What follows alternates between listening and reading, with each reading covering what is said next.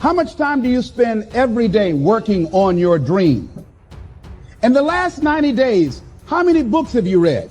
In the last year, what new skill or knowledge have you acquired? What kind of investment have you made in you? You don't want it badder than you want to party. You don't want it as much as you want to be cool.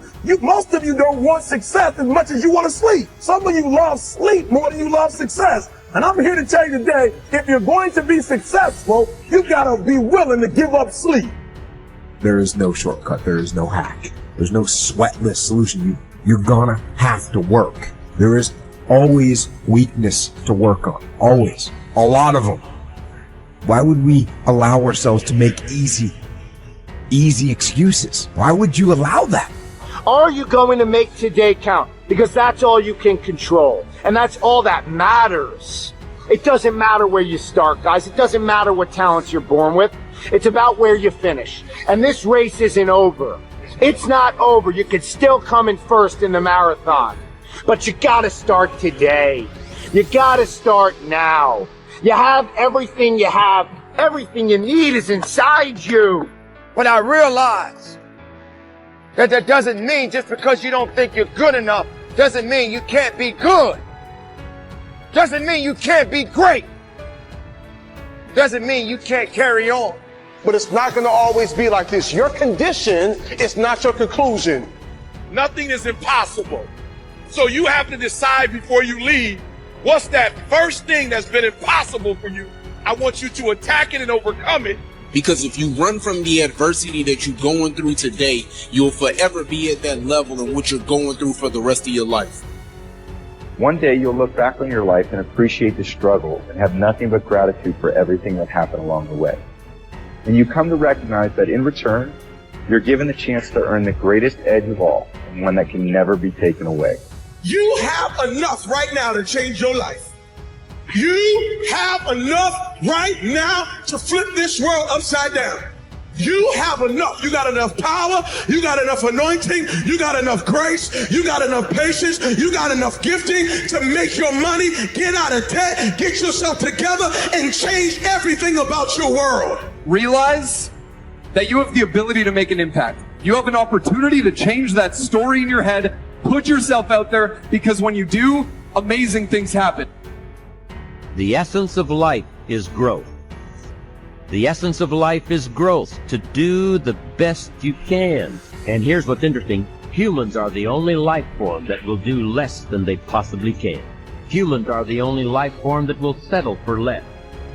Every other life form except human beings strive to its maximum capacity. How tall will a tree grow?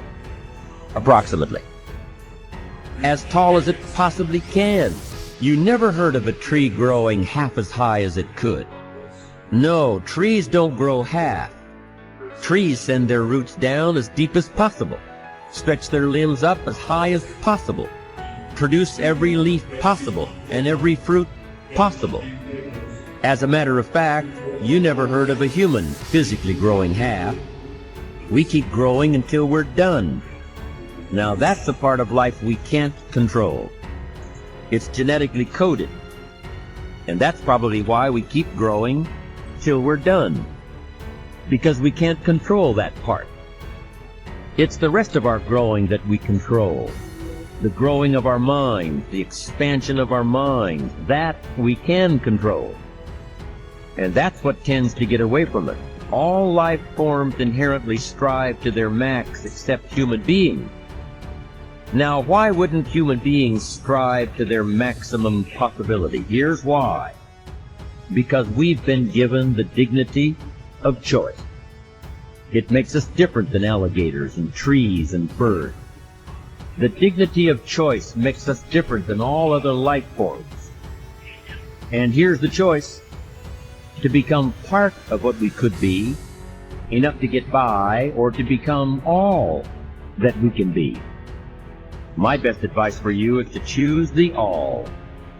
Earn all you can, make all the friends you can, read as many books as you can, develop as many skills as you can, see as much as possible, do as much as possible, make as much fortune as possible, give as much of it away as possible. The max. There's no life like it. I'm telling you, once I got on track, I've never looked back.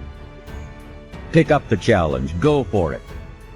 Take the best of the two easies. Take the route of it's easy to get ahead. It's easy to do all you can. It's easy to succeed. It's easy to have financial freedom. The more you do, the more you get. See, if you're playing it safe, you're not going to win. If you're playing it safe, like that old saying, you were taught when you're a little girl, better to be safe than sorry. Well, that's a bunch of crap. It's not better to be safe than sorry. It's by trying things that you figure out how far you can go. You got to get outside the box. Like it's reported, Edison tried 3,000 ways before he built the incandescent light. He said he didn't fail 3,000 times. He said there was 3,000 different steps to building a light bulb. Well, there's different steps to get to where you're going. And I really do treat winning and losing exactly the same. I do not let it upset me. Do you think that's a big part of why you're so successful? Well, it's part of why I enjoy it. Mm-hmm. Yeah, I think it is, because I'll try anything. Like if I'm into an idea, the idea of losing never enters my mind. See, I have worked with giants. I had the good fortune of working with Sir Edmund Hillary. He was the first man to stand on top of the world. And I worked with him on 3 different occasions.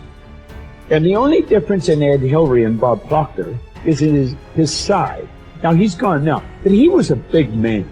And he shook hands with me. His hand wrapped right around mine. I felt like a dwarf, And talking to him, like it never entered his mind he wouldn't get to the top of the mountain. But he failed in 1951. He failed in 1952. It wasn't until 1953 that he got to the top of the mountain. People had died for centuries trying to do that.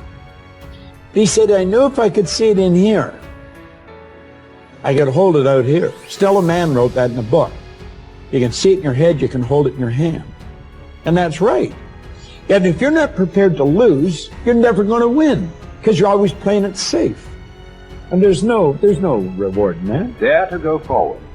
Winston Churchill once said, courage is rightly considered the foremost of the virtues, because upon it all others depend.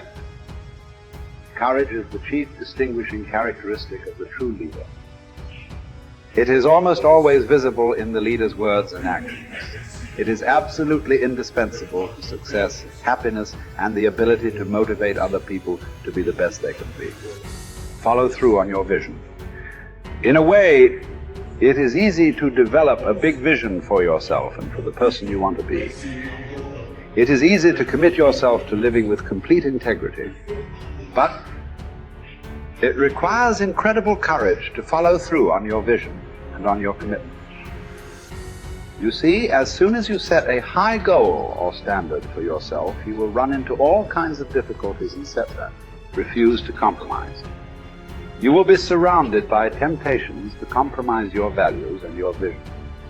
You will feel an almost irresistible urge to get along by going along. Your desire to earn the respect and cooperation of others can easily lead to the abandonment of your principles. And here is where courage comes in. Stick to your principles. Courage combined with integrity is the foundation of character. The first form of courage is your ability to stick to your principles, to stand for what you believe in and to refuse to budge unless you feel right about the alternative. Courage is also the ability to step out in faith, to launch out into the unknown, and then to face the inevitable doubt and uncertainty that accompany every new venture. Avoid the comfort zone. Most people are seduced by the lure of the comfort zone. This can be likened to going out of a warm house on a cold, windy morning. The average person, when he feels the storm swirling outside his comfort zone, rushes back inside where it's nice and warm. But not the true leader. The true leader has the courage to step away from the familiar and comfortable and to face the unknown with no guarantees of success. It is this ability to boldly go where no man has gone before that distinguishes you as a leader from the average person. This is the example that you must set if you are to rise above the average.